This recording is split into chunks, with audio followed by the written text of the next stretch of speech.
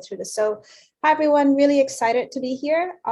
Before we start, I'd like to mention this education series is presented by Hubspot for Startups. As Greta mentioned, our program is a combination of education resources, integrated platform for startups, and also last but not the least, startup pricing that we give to our in our professional software.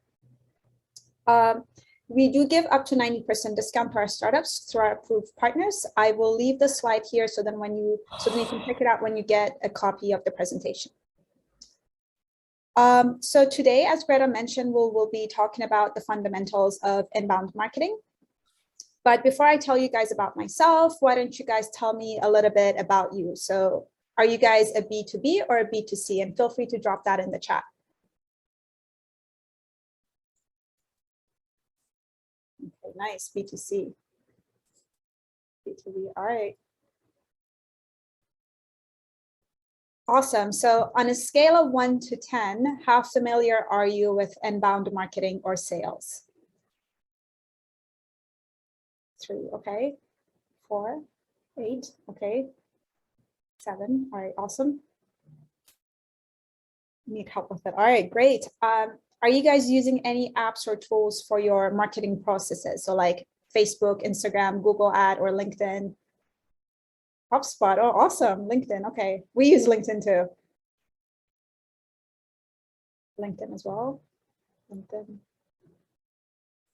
Okay, awesome. And my last question for you guys, are you planning on growing your marketing team or is it just you for at least the near term? Just you, okay. Turn me, awesome. All right, great. So as you guys may know, my name is Mina. I am part of HubSpot's partnerships team. I was essentially hired a few months ago to manage the Canadian portfolio and work with our partners locally. I am a U of T engineering graduate and I used to work in fintech. If you have been on President's Choice Financial website to check out their credit cards, for example, I actually delivered that. My colleague Jose is here with me today. Jose, do you want to give us a quick introduction as well? Absolutely. My name is Jose. I've been at HubSpot for 6 years now. I started a company 10 years ago, didn't go too well. So I started a career in sales back then. And I've worked at HubSpot for 3 years now. And I'm very happy for you that you get a chance to listen to Mina because she's absolutely fantastic. Thank you. So what's on the agenda today? I'm going to cover the old playbook, which is outbound marketing, the new playbook, which is inbound marketing, and fundamentals of buyer's journey, because that's important for marketing purposes, and also some strategies in place to leverage and finally close things with a few examples that we have internally. While I go through this, feel free to interrupt me to ask questions. Don't be shy. I will pause at the end of each section to give you guys a chance to speak or drop it in the chat, and we'll cover them by the end of the presentation. Jose is also covering the chat, so he can help you out there. Please keep in mind my laptop is in presentation mode, so so I can't see you guys. If I miss something, please bring it up. I'm not ignoring you. So let's get into it. The old playbook. I like to start things with this picture. This is a great image to show how the internet looks today. It ultimately shows you're competing against everybody. You could literally be competing against a tweet by the President of the United States or maybe a cat video that's gone viral. It's pretty much wild, wild west out there. In today's world, buyers are in absolute control. Back then, local sellers had the upper hand and business owners could control the market. Nowadays, it's not the case anymore. Buyers find the information before they ever engage with the business. They check out the websites, the material, and the employees. Buyers have gotten better at blocking out interruptive marketing techniques like direct email marketing or ad blockers. And also buyers have heightened expectations around experience of buying. Seth Godin, who was an executive during the dot-com bubble, said this interesting comment. He said, the biggest problem with the old playbook is that it fights for everyone's attention by interrupting them. And we couldn't really agree more with that. However, there is a new playbook that entrepreneurs and business owners can use now. At HubSpot, we actually struggled with customer retention in our early days big time. Revenue wasn't high and turnover was a problem when we were a startup. It was an absolute pain point. We conducted lots of studies and our marketing team found a few interesting things. we learned that 91% of people unsubscribe from marketing emails. 20% direct emails are never opened and immediately thrown in the trash. 48% of people are listed on the do not call lists. So we decided we wanted to use inbound marketing tactics in our advantage so that we could turn things around for ourselves a little. So what is inbound marketing and what's the difference with outbound marketing? Inbound marketing is a business methodology that attracts customers by creating valuable content and experiences tailored to them. While outbound marketing interrupts your audience with content they don't always want. Inbound marketing forms connections, looks for and solves problems customers already have. It engages with an audience by connecting them with useful content through organic means. For example, a skillfully crafted blog post about a blogger's favorite product will speak to the potential customer in a way that a banner ad can't. Think of inbound marketing as a magnet and outbound as a megaphone or loudspeaker. One is trying to attract the right crowd, and then the other one is just basically preaching to anyone who passes by. Essentially, inbound is customer-centric and outbound is marketer-centric. To give more context, outbound is essentially banners, billboards, radio and TV advertisements, and inbound is more like SEOs, blogging, newsletters, which I'll get into shortly. Outbound is only feasible for corporations with large budgets. To be perfectly honest, the marketing campaigns are generally targeted towards a mass audience. So companies like Coca-Cola and Pepsi can probably pull something like that off, but truthfully, most businesses can't. Going back to basics a little bit here, traditional marketing is essentially described as a funnel. So at the top of the funnel, which basically represents awareness and interest, we have website visitors and traffic. At the middle, we have potential leads or customers. This is about consideration and engagement. And at the bottom, we have marketing qualified leads. This is about making a purchase and becoming loyal to the brand. It's an old school roadmap laid out by a business. It shows a guide on potential customers from their first interaction with a brand to becoming a paying customer, ultimately. There's also a linear view broken down into 4 key segments. So attract, convert, close, and delight. You can also see there are a collection of different activities to attract and retain customers, like blogs for strangers and surveys for existing customers. But we actually used a modified version of this. We took the initiative to modify the marketing funnel and change it to a flywheel. Inbound marketing is just one part of a larger movement in the business world. It's the foundation for the idea that it's not enough to attract people to your website. You have to continue to help, support, and empower them well after they become a customer. That's how your business grows, by keeping marketing, sales, and service constantly focused on how to help current and future customers. Other companies that go by a similar flywheel include Starbucks, Hilton Hotels, Amazon, and Nordstrom. So how do you attract your customers to your website? First of all, you need to make sure you are targeting the right people in the right place at the right time. And for that reason, knowing your buyer persona is important. So you can figure out what format and what content you should be putting out there. For example, people probably hang out on Instagram for design ideas, for retail, and overall storytelling. They use YouTube for tutorials and read blogs for more technical things. So understanding this about your buyer will help you understand what you need to do. Last thing you want to do is spend money on ads in a place that your buyers are not hanging out at a time they're not available. So it's a philosophy of pulling people in by actually showing you're adding value and caring about them. You need to cover 5 things before you shape your marketing strategies. 1, understand inbound marketing principles, which we just covered. 2, your company's purpose. 3, your business goals and things that you're trying to achieve through your business. 4, buyer's persona. I'm not going to get into the details of buyer persona today, as we have a different workshop for this, but your starting point for your inbound marketing is to figure out who your audience is. It's also important for you to know how your customer would like to make a purchase, so then you can make a personalized experience for them. So for example, if your customer is hanging out on LinkedIn, then great, we'll hang out on LinkedIn. And finally, buyer's journey, which I'm going to discuss shortly. Any questions here before I move on?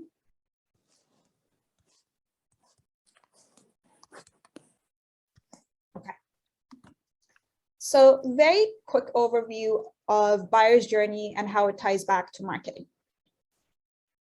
The buyer's journey is the active research process a potential buyer goes through leading up to their purchase. It follows them through the stages of becoming aware of a need, considering different solutions to fulfill that need, and then making a decision between the different solutions. We can use the buyer's journey to create content at different stages, and this is how we identified it. We use free guides, ebooks, videos, and blogs to woo our potential leads. Our target audience for our webinars, case studies, and demos are essentially for people who we believe are considering to purchase our products. Free trials, demos, and consultations with our sales team are targeted towards qualified leads who we believe are ready to actually make a purchase. So it's heavily segmented and structured for us. This is our internal buyer's journey we use for reference, and we believe every single point here is a marketing opportunity for us. We actually don't do any demos unless we know there's a high probability of purchase. And even for that, we view that demo as a marketing opportunity. We aim for one single brand customer experience, and we invest a lot of training and energy to build a cohesive brand across all departments. For us, everything should be tied together as an experience. I like to leave the slide here for you guys. When you get a copy, I encourage you to consider your marketing tactics for each stage and what you believe works best for your business. Happy to pause here and discuss this a little bit. Otherwise, I'll move on to the next section. Do you guys want to quickly go over this and cover what you think is good for awareness and consideration and decision? Don't be shy.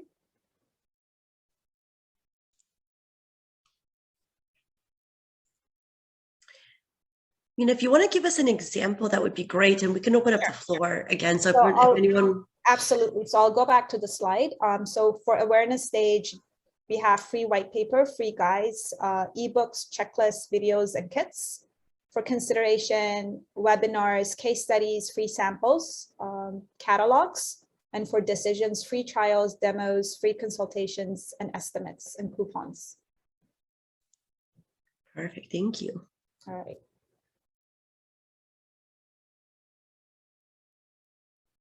Okay, so let's move on to the next section. So how does your startup gets found?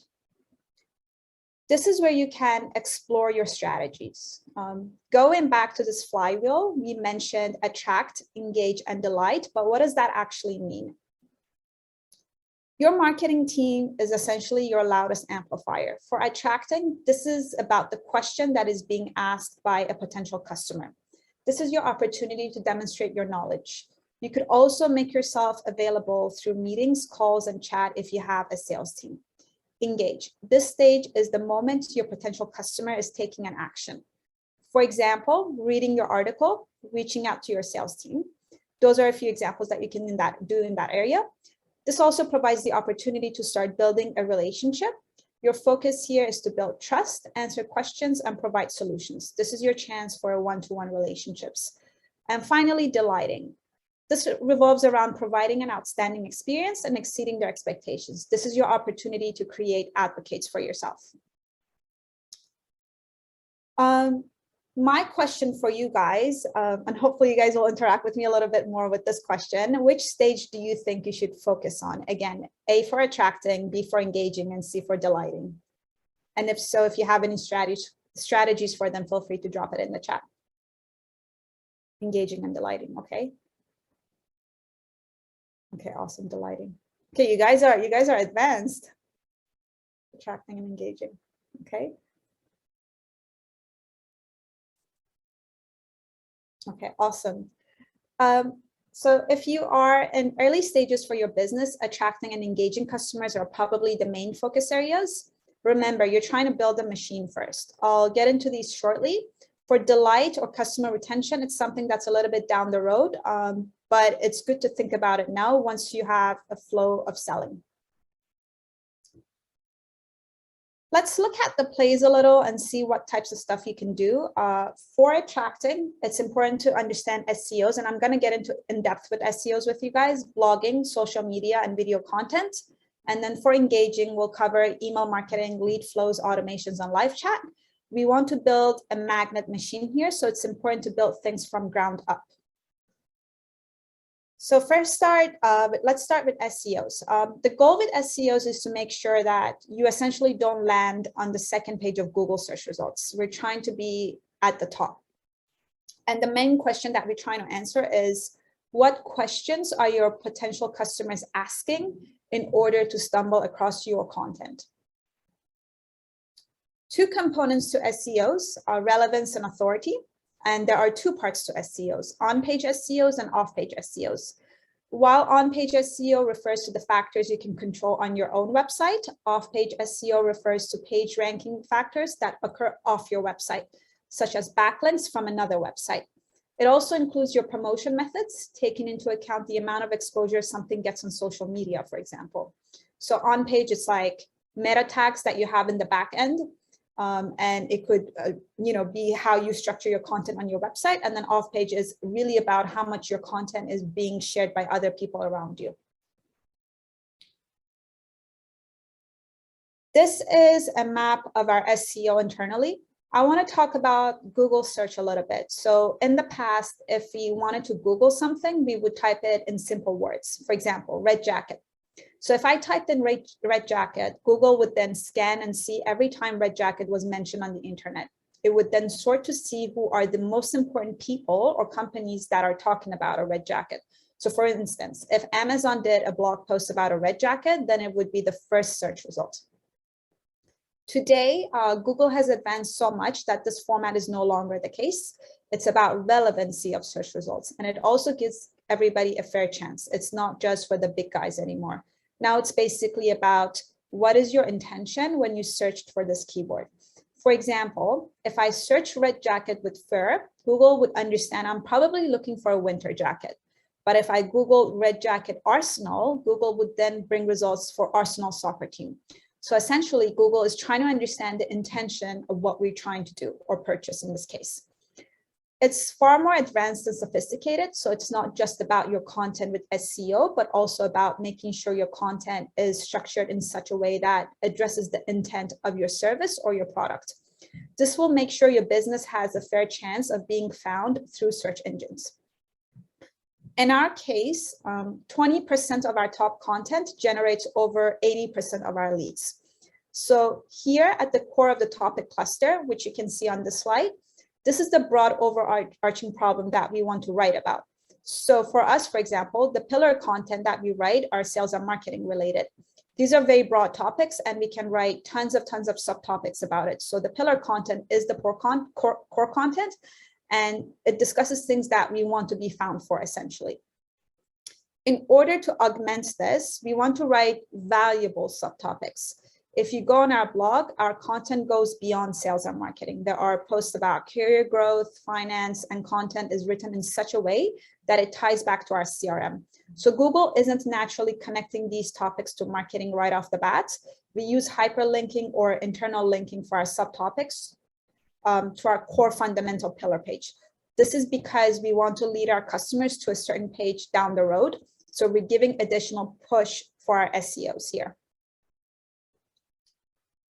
On the red jacket topic, this is the result I got for red jacket fair. I also got Nordstrom and Zara as suggested places to shop from. And this is the result I got for red jacket Arsenal. And this is the search results I got in terms of locations that I can shop from, which included Sport Check and Adidas. I want to share an internal use case with you guys. This is one of the biggest lessons learned at HubSpot, which I think is really important to talk about. This is how things looked for us in the back end visually. If you look at the left-hand side, this is our content infrastructure we used to have a few years ago. So we had a blog for our company, and then we had tons of content thrown at our visitors, and people were reading them on a daily basis. At this point, Google didn't know what was sales and marketing. So it actually took us a while to rise to the top of the search engine. We had to go through a lot of pain and organize our content, as you can see on the right-hand side. So for example, marketing content is one cluster for us now in the back end, and sales content is another cluster. And just by organizing and tagging our information, our blog subscribers went from 6 million to 10 million. And all we did was just go through our linking system and organize everything we had. This structure also works better with Google's natural language process. A bit more specific examples. This is the topic cluster we have for Hubspot for Startups program. So we have entrepreneurship at the center. And we also have 5 to 6 subtopics interconnected to entrepreneurship. So these subtopics are structured in a way that they are not fighting for themselves, and they are now a cluster that drives for the concept of entrepreneurship. So for example, a subtopic is how to start a business, and another one is equity financing. So the two are not really cannibalizing each other in terms of visitors and traffic. This is only for on pages. It's not off pages, by the way. So we haven't got to the off pages part of the SEO yet. Jose, should I pause here or we're good? We're good. We're good? Okay. Actually, we just got a question. In a nutshell, can we say that SEO is all about keywords while writing content? Yeah, pretty much. And also, I'm going to talk about backlinks very shortly, Sai. Backlinks are basically your vote. So the more people share your content, the more chances you get at being at the top of the search engine. Switching gears a little bit, I want to talk about off pages. It's really about building quality content. And I think, Sai, you're going to find this part really interesting. This is how most companies do it. They need to get organic traffic, and they decide they want to write a blog. Massive time is really spent on building content, but almost always forget to connect with other content outlets. That's a huge mistake. Backlinks are crucial in SEOs. It's not quantity. Google won't show you first just because a business has 50 articles. This isn't really isolated to startups, but a lot of advice is given to early stage companies with websites is to focus on creating a lot of content. Then after 5-6 months of flat traffic, people always wonder why they're not seeing results. The answer is they create even more content, and that's a problem. That's not the way to resolve this issue. The reality is that as a new domain and a newer company, you need to work on building authority. And in this case, that means backlinks. So sure, content is incredibly important for you guys, but without authority, you're like the brand new author with no leverage. You're basically J.K. Rowling before she got her Harry Potter deal. This is how it should be. Building content and backlinks should be hand in hand. It's quality over quantity. Focus on the quality and make sure that your content is shared as much as possible, so then you can build authority. Like I said, SEO is 2 components: relevance and authority. And if you're wondering what are backlinks, backlinks are essentially links from other websites to your websites. Search engines consider backlinks votes for your website and your content, which can improve a site's ranking in the search results. So the more shares you get, the more likely you'll be at the top of the search result at Google. How do you get others to share? You can use, you have to be active on that. You can go on LinkedIn and just constantly bring it up. Like we have like a channel, for example, internally, like we share our content all the time on LinkedIn. So you could do that. And you want it to be like, you could do YouTube videos and you could ask people to put it on their website. So you want it to be so good that everybody just kind of comes to you for it. All right, once you get the hang of SEOs, then you can move on to blogging. To reiterate, if SEO is important for your business, then you should care about blogging. So then you can be found on Google and get your SEO credit. Whether this is educational or an event, it doesn't really matter. You want to be at the top of the search results. A blog idea, for example, if you are speaking with your prospects and the same questions come up over and over again, that's probably a good indication that you should write about that, because you know more about that topic than other people do. Your website is basically your digital storefront. So you put your best face forward, optimize your website to appeal to your ideal buyers. So that's a really good starting point in terms of blog topics for your business. So why blogging aside from SEOs? One, it's really cost effective. It helps closing deals. At Hubspot, we found that 40% of our buyers check out around 3 to 5 pieces of our content before they engage with us. So that's about half our customers. They're like basically reading our blogs before they come to us. Long-term value, there's no need for monthly budget and it can live on your website for a long time. And 4, it drives traffic to your website. For us, for example, we've produced so much content on inbound marketing that we're pretty much on the top of the search results. Salesforce, who are our competitors, they come second or third, even though they're a larger company than us. If you don't wish to blog on your website, you can always rely on authority blogging.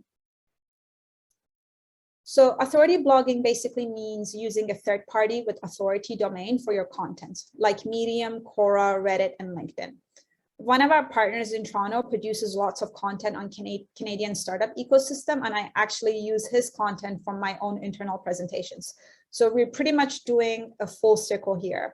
He's using inbound marketing to attract me, which is working in his case, and I'm also using inbound marketing to attract him. And because of that, we're partners. Social media. Let's pause here at the blogging and SEOs. Any questions here?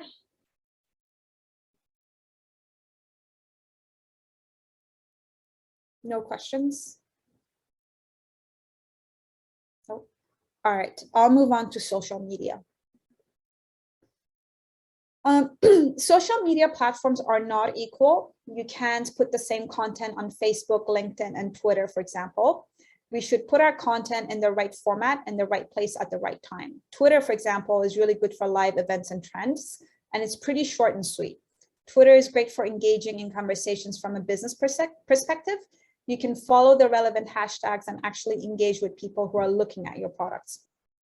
Flip over to Facebook. It's probably more personal, where you're interacting with your social network. Facebook is also an acquisition channel, and people have their businesses also set up there, and they post pictures and videos just as much. It's probably a bit more lighthearted too. Instagram, on the other hand, it's all visual and based on storytelling through pictures and videos.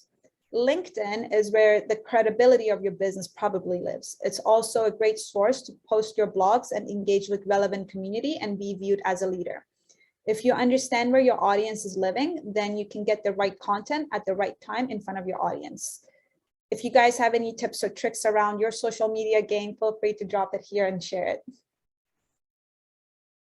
Don't be shy.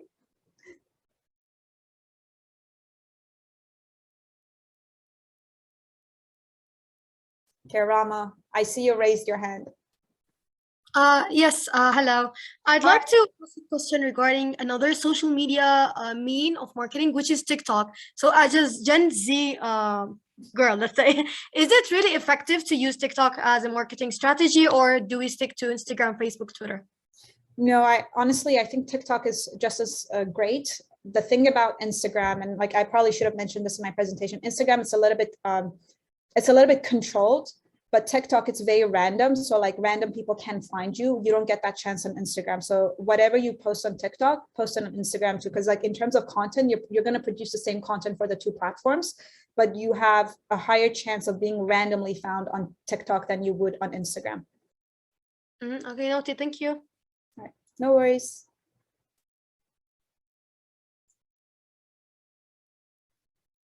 All right, social media and marketing isn't all arts and crafts. You also need to analyze how your content is performed.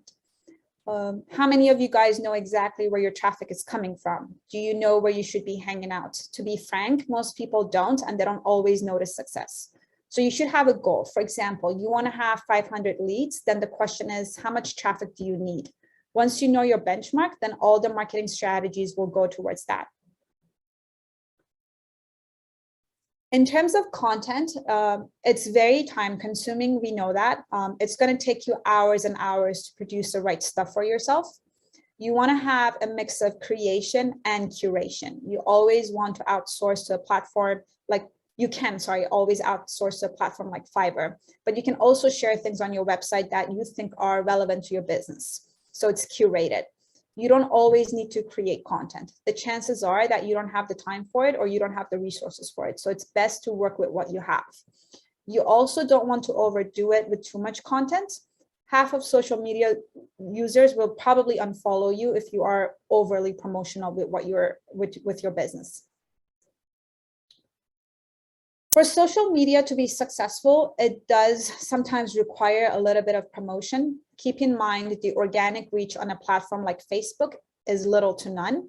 It wouldn't hurt to have a budget aside to test these out. Once you understand your persona, you can spend your money on the right ad. Facebook is pay to play. If you want to reach your audience, you can't really do it through organic means. Boosting posts will allow you to get the content in front of the people you want to see it. LinkedIn is also another great place to use targeted advertising to reach a more qualified audience. Timing is also really important. You want to post your blogs or your content at a time where you know your buyer persona is online. So if they're hanging out on LinkedIn after 5 p.m. or during working hours, then you should be aware of that and you should post it during that time. Creating video content.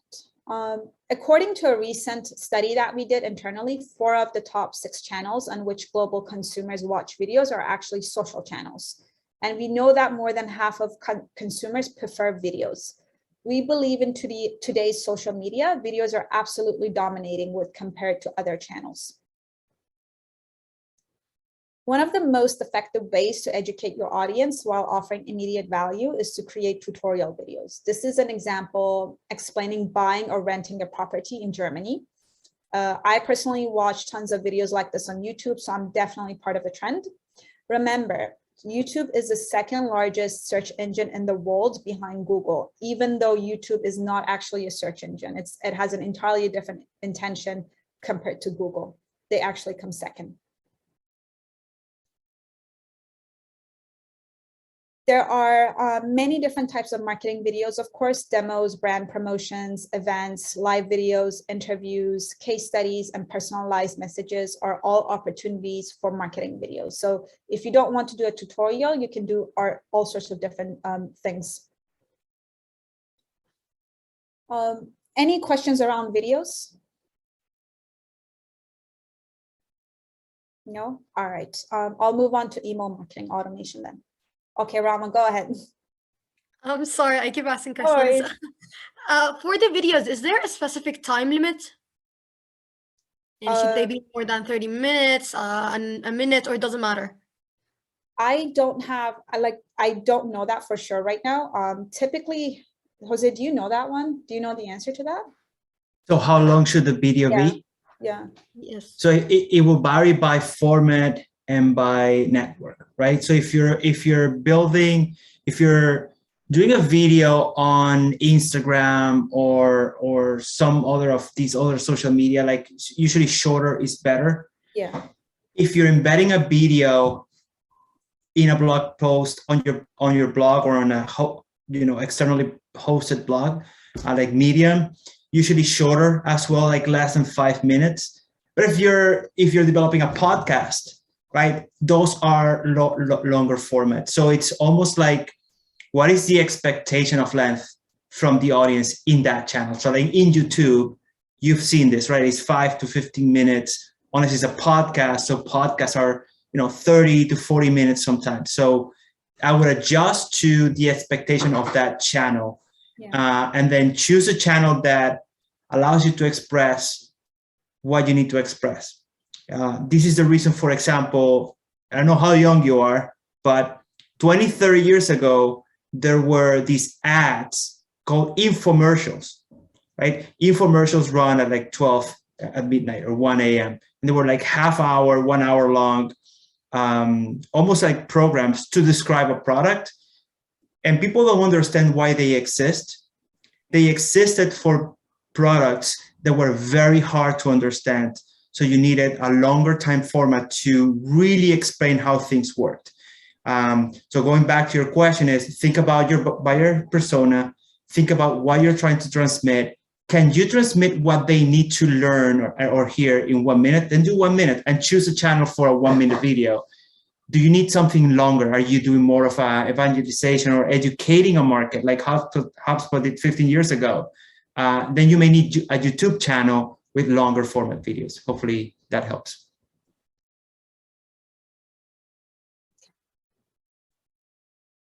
Any other questions? Okay. Let's move on to email marketing automation. So this is an interesting story that I want to share with you guys. So the first marketing email was actually sent in 1978, and it resulted in 13 million in sales for computer machines.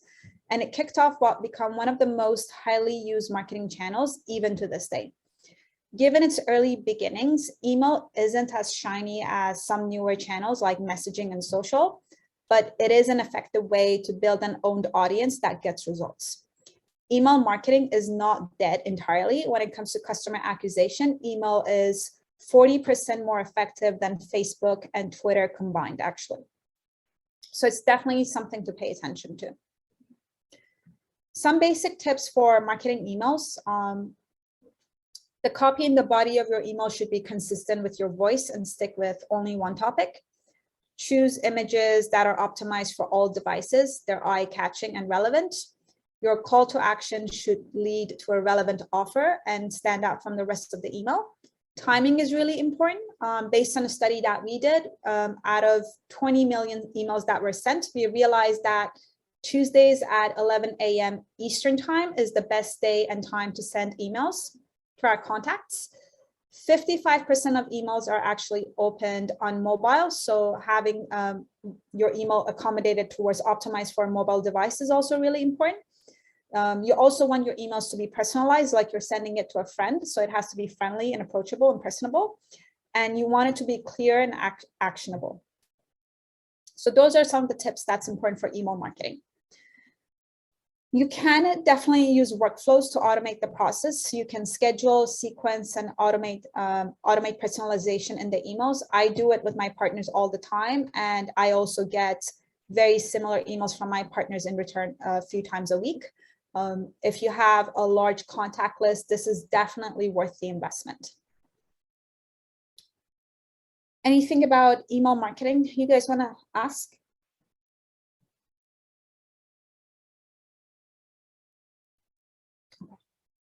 So let's move I have on a question. Sorry to interrupt, Mina. I have a question actually, but it's a question for everyone here. How much do you use email marketing already? And what's been working and what hasn't been working? Maybe say, hey, I've tried this, Mina. It hasn't worked. And maybe we may have an answer or may have some tips for you.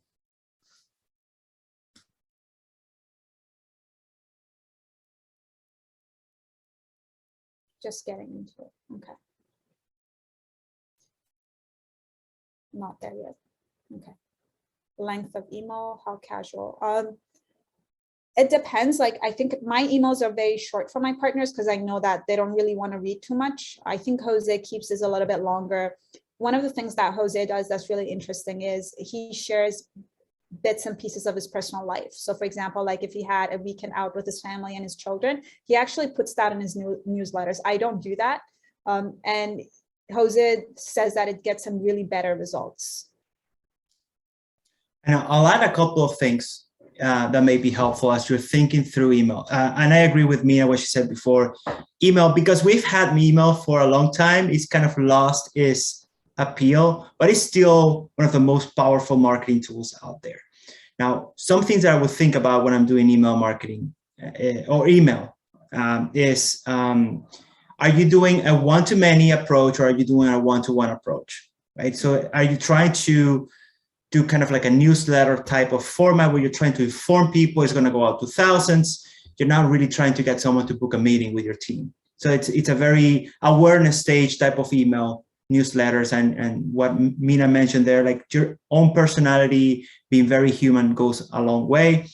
If you're doing more one-to-one or decision stage type of email. So like, is your email intention? What is the intention of that email? Is it that someone subscribes to a newsletter? So that's an awareness stage.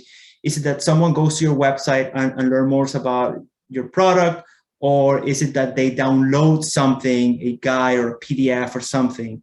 That's more of a consideration stage email. Or is it that they actually engage with your sales team, which is a decision stage email? So like, be very clear about your objective with email. The second thing is, and I think I'm going to jump a little bit ahead of Mina because I see her slide here, but it's basically who's deciding when the email is being sent, right? Sometimes it's you. It's like a campaign base. I'm going to send this email on March 10th.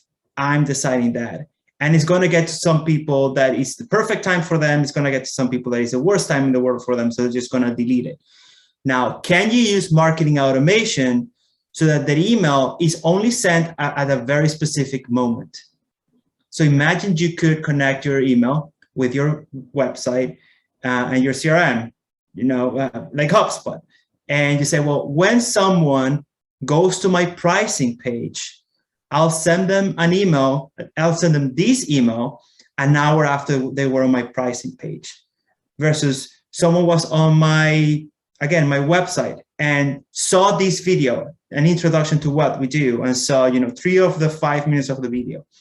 I'm going to mark them as a QL, and I'm going to send them this other email with further resources. So now the email is actually being triggered at the moment that it makes sense for the customer. And for this is where you need marketing automation, which I think Mina's going to talk about that. Can I just jump in for 1 second? Sorry, Mina. Just going to go back to a few of the questions that were in the chat there. Absolutely. So saying, is it a better idea to build some sort of background? Okay, so Veronica's saying we reach out to potential clients through email first, but my question is it a better idea to build some sort of background relationship first? So the way I can tell you how we do it, and I'll be talking about this down later in the presentation. So we do these blogs or like free ebooks so then we can collect contact, because that's for us, it's enough, right? And then once we have that, we try to nurture them. So nurturing, it's like we reach out, we ask them if they want to have a conversation, if they are interested in a purchase, if they are like a partner, we nurture them through newsletters. So 2 different purposes. One is like more personal, where we reach out and say, hey, do you want to get on a call with us and understand our product better? And then the other one is more on the side of, hey, like we have all these things going on, and since you're a partner, would you be interested in such and such? So like that's one thing, that's one way of doing it. So you don't necessarily need to have a strong relationship established before you start emailing them and reaching out to them. If you have a contact information, you know that they're interested in your product, then that's a good enough reason for you to reach out. The next question is it better to write plain text email or something with more graphics, etc.? We do a mix. I think you do need graphics because you want it to be catchy. The thing is that, unfortunately, with all the internet stuff that's happening with social media, people's attention span is really, really low. So like something like graphic, it's a lot catchier. They don't like to see words that much. We recognize that. Like we've tested it out. We send out emails that's a bit like lengthy in description. And like I get flat out get ignored. Like they don't even care. So I think a mix is better. And also keep in mind, even if you choose to make it plain text, make it short and sweet. Don't make it lengthy. Like people don't read. That's one of the biggest challenges. Like it's a challenge I have, for example, that is just, if it's too much, people just ignore me. Perfect. Thanks, Mina. Anything else? No? Okay. Let's move on. So let's talk about live chats and chatbots. It's really about having conversations, establishing a meaningful connection with your site visitors in real time. That's really important. It also converts new leads, closes more deals, and provides better support to your prospects and customers. If you think live chat is just for customer service, you're missing out. Live chat marketing can play a key role in the lead generation machine. A lot of companies are using live chat to implement engaging conversational marketing content on their websites. A few examples include Petplan, Best Buy, and Rogers. Live chats are really great for B2C business models just as much as B2Bs. So I internally, like our sales team literally swears by the live chat. They say it works wonders. Like apparently it's really good. And finally, a last bit, finally building a great lead magnet. Your lead magnet is exactly as it sounds, something that attracts prospects to your email list, usually in the form of a free offer. The offer can take a number of formats and should be valuable to your prospects and is given away for free in exchange of an email address. There's just one problem. People have become hyper protective of their personal information, so you can't just expect them to give them your email address or contact information without exchanging it. for something valuable. Think about a lead magnet that is relevant, useful, and makes your prospects' lives easier. When we are attracting our potential customers, we want to make sure we are capturing their contact information, like email address, like I mentioned, so then we can build out some great leads in the future.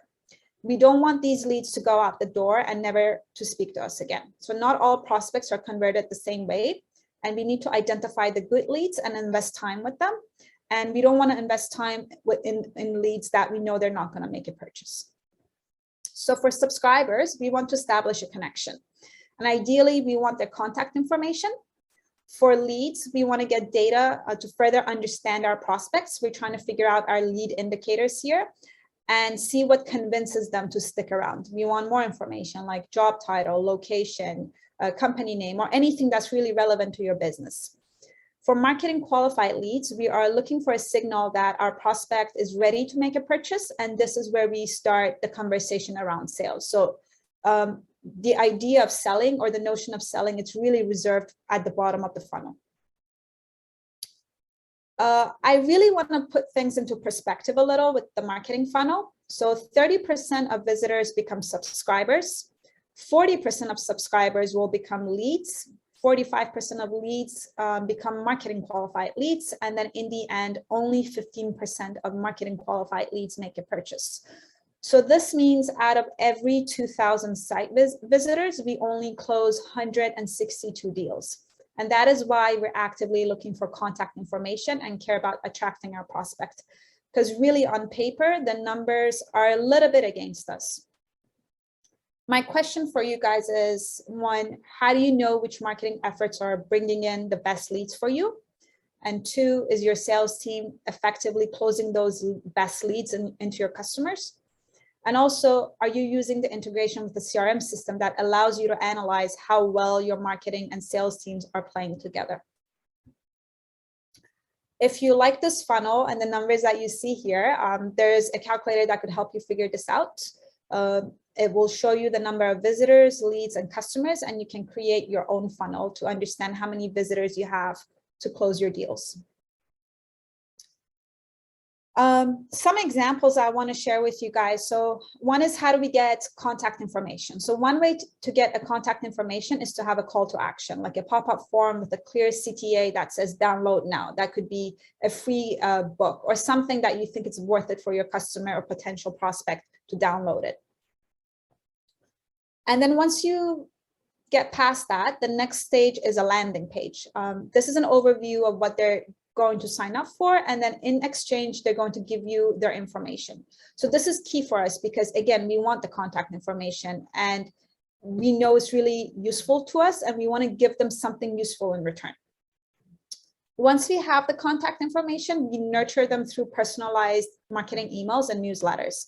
My partners receive emails from me, for example, and some of my partners, they send me newsletters and give me updates. Once we get the info, we give them a thank you page. We send them to a thank you page, and then we let them download the offer. So this piece of content is aimed at people lower in the funnel. So HubSpot thinks this is a good time to show that we have free marketing, sales, and CRM software. But it's really up to you to judge what kind of offer makes the most sense for your business to show on a thank you page. And this is another good opportunity to show your lead another valuable piece of content. Finally, so once you have the contact information, you can nurture them, right? So you can send them marketing campaigns and automated marketing emails. I sent them and I also received them again. These are great sources of information that can be sent out in a timely manner. Each newsletter has a theme and could be a series of topics that are timed out. The goal is to move your leads closer to a purchasing decision where you can offer your solution. So like we're just doing these nurturing process, one, because we want to be in front of them. We want them to think about us, and we also want to move them closer to purchasing our product. Retargeting, that's another tactic to be aware of. A great example is vacation booking. The ad is in front of you for so long that the customer ultimately makes a purchase. Another example is, I'm not sure if you guys heard about Always Pan, but they have been retargeting me for like years now, and I refuse to make a purchase. although they retargeted me so much that I ended up going researching them a lot to see how the product works, and it's pretty decent apparently. Some examples for nurture email. So in this instance, I'm not going to get into this, but this person knows that a lead has visited the pricing page, and he already had the contact information of that visitor. So he reached out asking him to have a chat. Also, if we have leads in our CRM, if our lead goes on our website, we get a notification. And we receive an email that such and such person went on our website and checked out this page. So this is also very useful for us because we know who's secretly interested in our products, and we also know who we should be focusing on. For your business, you can do other things. You can use use cases on your product. If you are B2C, you could do testimonials. You can also use a calculator. PCF had a great calculator for their credit card points, but they removed it. RBC, I believe, has a mortgage calculator. Function of Beauty, I'm not sure if you guys heard about that one. They use a calculator for their hair products, and it's actually pretty cool. And also, you can create ebooks for download. This one isn't necessarily my favorite, but it does work. You just have to make sure that the content that you put in your ebook is meaningful. A lot of people cheat this part and they put useless contents. And people feel cheated, they don't feel good, they get turned off. So you just have to make sure that what you put together is meaningful and valuable for your prospect. Some key takeaways from this presentation: 1, understand who you're selling to. 2, get insights into what your ideal journey looks like. 3, decide where you want to focus on. 4, figure out which plays you'd like to kick off. And 5, add force, reduce friction, and automate. Any questions, guys? I know we only have 2 minutes left. We don't have a lot of time, but if you guys have any questions,